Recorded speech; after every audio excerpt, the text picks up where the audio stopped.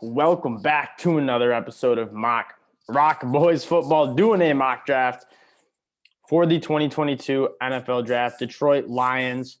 Obviously, appreciate you guys tuning in, liking, subscribing to the video. That means a lot to the boys. Got my winter hat on, got my sweatshirt on, heading up to Detroit, and we're ripping a mock draft here. Pretty much the draft starts here. Detroit has, oh my God. I don't know why the Houston Texans would ever do this, to be quite frank. I don't know who they want, but you would take this any day of the week.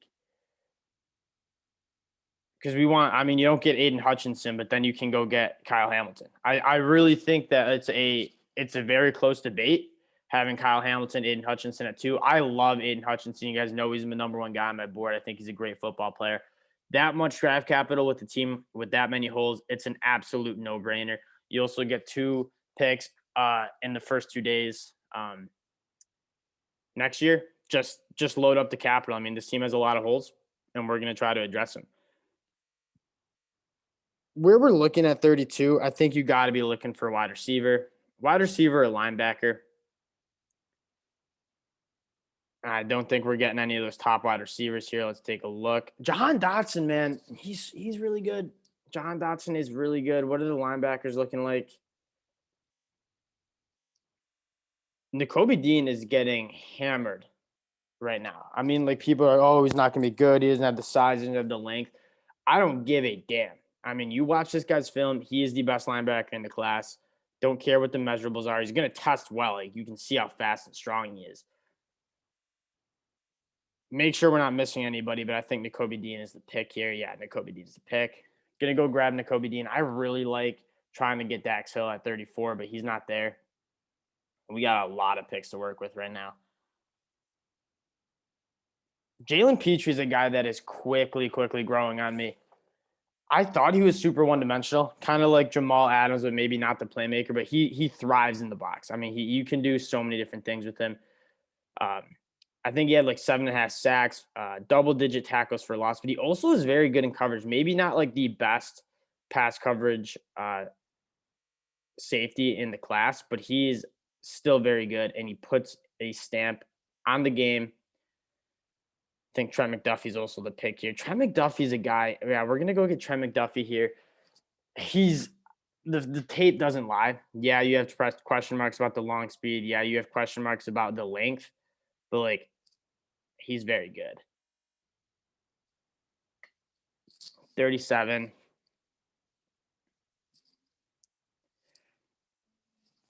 Zion Johnson here is a good value pick. They have a strong offensive line, but that's primarily at the tackle spot. I think Zion Johnson comes in as an elite guard for you guys. At 37, I love that value. I think we have him as a top 30 prospect. Christian Harris is very enticing. You missed out on the edge earlier in the draft. Take a look at who's available there. Trevon Walker is a guy that I'm not in love with because I just didn't see enough of an ability to rush the passer. We're going to go get Zion Johnson, who's really just going to be a blue chip interior offensive lineman. Whether he plays center, whether he plays guard, he's going to be a damn good football player for you guys. Darren Campbell obviously wants to build through the trenches. I think that's the no-brain pick here.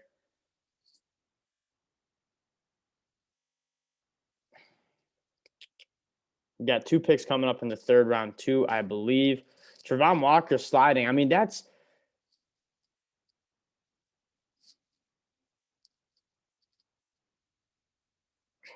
they get George Pickens. We're going to get Jahon Dotson. Jahon Dotson is a guy who he can win vertically down the field. He can create separation, and he has great hands. Him, Amon-Ra St. Brown, and then you might want to add another bigger body guy. But he's very good. Devonte Wyatt, we're going to go get now. I mean, pair up Devonte Wyatt and Nakobe Dean again. Very, very good. 2 very good players. I mean, there's a strong argument to make that Devonte Wyatt was better than Jordan Davis. I think he's got a great first step. I think he can impact the pass rush a little bit more effectively. And the beauty of this is they have Lee McNeil. Now they add Devonte Wyatt. Like, they're going to keep Nakobe Dean clean. I think the biggest worry is Nakobe Dean at Georgia did not have offensive linemen working up to the next level because they couldn't handle Jordan Davis, Devonte Wyatt, Jalen Carter, Nolan Smith. You want to try to keep Nakobe Dean clean because that's how he can impact the game the most. Fly around the field. Brian Asamoah there. I like both Brandon Smith and Brian Asamoah. Both longer guys, I think, are really good in coverage. Nakobe Dean maybe lacks a little bit of length. Brandon Smith, I just didn't see enough physicality. Like, he has all the tools, but it just, in terms of taking on blocks, being a sure tackler, and being physical in that middle of the defense, it just wasn't there. Brian Asamoah, very similar, but he's able to use that elite speed to kind of counteract it. Like, he doesn't take on blocks very well, but he's fast enough where he doesn't get blocked very much. I think you get Nakobe Dean and Brian Asamoah. You're getting two linebackers who are sideline to sideline guys. You have a pretty strong defensive line now, especially with that Devonte Wyatt pick. I think you could absolutely take Brian Asamoah or Brandon Smith. I think if you want the traits, like, Brandon Smith is big. He's strong. I don't know why you didn't see him play physical. Brian Asamoah is definitely a little bit smaller.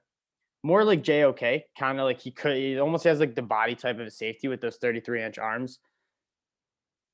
This is a toss-up, and I think I'm going to go with Brian Asamoah because I just like the film a little bit better. Like, Brandon Smith just frustrated me watching the film because you look at this dude, and he's so big, he's so strong, he's fast, and it just, like, didn't come together on the tape. That being said, I don't think Brian Asamoah is going to be there at that range. So that could be something to think about. Got Jahon Dotson. I wish we could get a bigger wide receiver. I don't think there's like a George Pickens, but he's not going to be there. Ontario, like, after that kind of list, like, I don't love the wide receiver class. I don't mind Sky Moore, but he's also kind of like a smaller guy. I think you want to add maybe a bigger guy.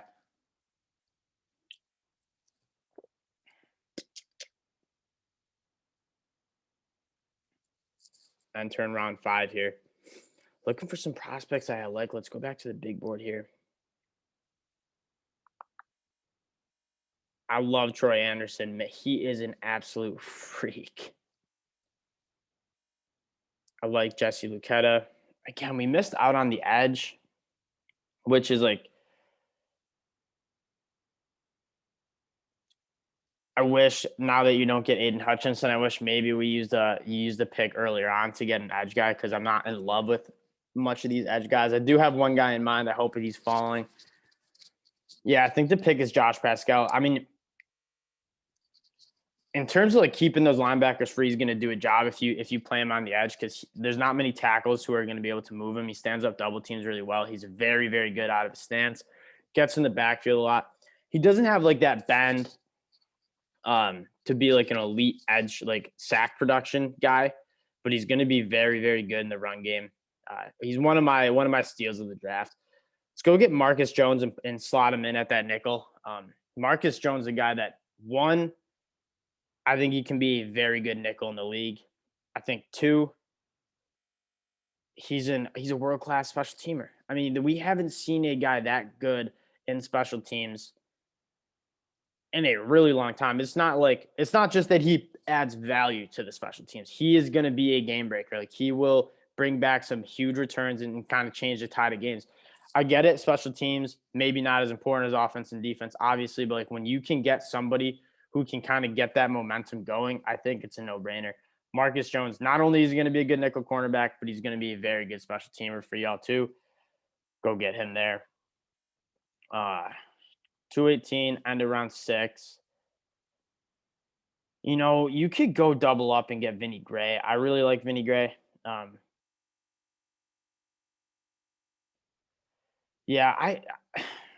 Michigan guy, Vinny Gray, great feet. He's got great length. The biggest thing, and if you guys like watch the show, we've talked about him a lot, is like the ball skills just aren't there. That's something you could teach. Like, you can't really teach the length. You can't really teach the feet as well. Like, he's got good hips for his size. He's got good length. He just can't play the ball. A little bit concerning. I think you're going to go Connor Hayward here. I think this is a guy that I think Campbell's gonna love this guy. He's a converted running back. He was a regular sized running back at Michigan State, and then all of a sudden he just balloons up and he's a fullback. But I think he's got like more like that Kyle Juszczyk fullback in him, where he'll be a good special team fullback and he's a good blocker. But like you can do stuff with him. You can give him the ball. You can get him out, slip him out into screens. Like he's a good athlete. He still has some of that running back in him. And in like round 7, like this guy will make the team. He will make the 53-man roster, and he's going to play, and he's going to be productive. Here's the pick. I wish Aiden Hutchinson fell to 3 once you made that trade, but I think Kyle Hamilton is a great consolation prize, especially when you're talking about getting 2 third-round or another second-round pick and another third-round pick, and we were able to make a lot of money here. Nakobe Dean, I think, is going to like change this defense. I think their linebackers struggled so much this year. Trent McDuffie, I don't think will be here, but if he is, I think that's a great look. The film doesn't lie. Nobody caught balls on him in the Pac-12. Yeah, he wasn't tested like he would be in the SEC. Like they're an elite wide receivers. They're an elite quarterback play in the Pac-12 the last couple of years. Go get Jahon Dotson, blue chip interior offensive lineman, Jahon Dotson, Devonte Wyatt. I mean, when you have 1, 2, 3, 4, 5, 6, 7 picks in the top 100, I mean, it's hard to miss. It's hard to have a bad draft. I think we got guys who aren't going to miss. Like Zion Johnson's not going to miss. Kyle Hamilton, probably not going to miss. Jahon Dotson, I don't think he'll miss. Devonte Wyatt, I don't think he'll miss. I think the maybe a little bit more flyers are Brian Asamoah, where he's undersized, but I think he can be very good. And then you get a Josh Pascal guy who I think will start. I think he can be a starter on the edge. I think he can be a 3-tech. A lot of things you can do, that positional versatility. I don't see it as much as he's a tweener, as much as it's like positional versatility. Because I think he can be a good edge guy. I think he'd be a good 3-tech guy. And on passing downs, I think you can line him up over guards and centers. Like he's got a great get off, and I would love to see interior offensive linemen have to deal with that explosiveness and quickness. Again, Marcus Jones, a guy that I absolutely love. Shouldn't be there at 180. Probably won't be there at 180. Vinny Gray, a guy that probably needs some development. And then Connor Hayward, a guy who I think Campbell's going to love. He's going to play special teams, and I think you're going to be able to do stuff. He actually he talked about Connor Hayward, and he's like very hesitant to give like more information about him because I don't think he wants to give away how much he likes this dude. And then you're going to get a second and third round pick from Houston, who's probably going to be horrible this year. So you're probably getting a top 35 pick, and you're probably getting a top 70 pick next year. I mean, this sets the Detroit Lions up to absolutely change the course of their franchise. I think you got a ton of guys who are going to come in, produce right away, and be able to develop into a very good central core. Taking a look at this team, very young, very talented. Once again, thank you guys for rocking with the ROC Boys. This was one of the best drafts we've ever done. Like this is, if this happens for the Lions, like this is an absolute win in my opinion. I don't know if you'll get that trade up. When there's no quarterback in the second round and at that second overall spot, like that pick isn't as valuable. Like Kyle Hamilton, Aiden Hutchinson, it's not that much of a gap. And when you're adding 4 picks inside the top 70, 2 this year and 2 next year, like I think it's a no-brainer. Anyways, appreciate you guys rocking with the ROC Boys. Don't forget to hit that like and subscribe button. We'll be back with more NFL Draft content later. Peace, y'all.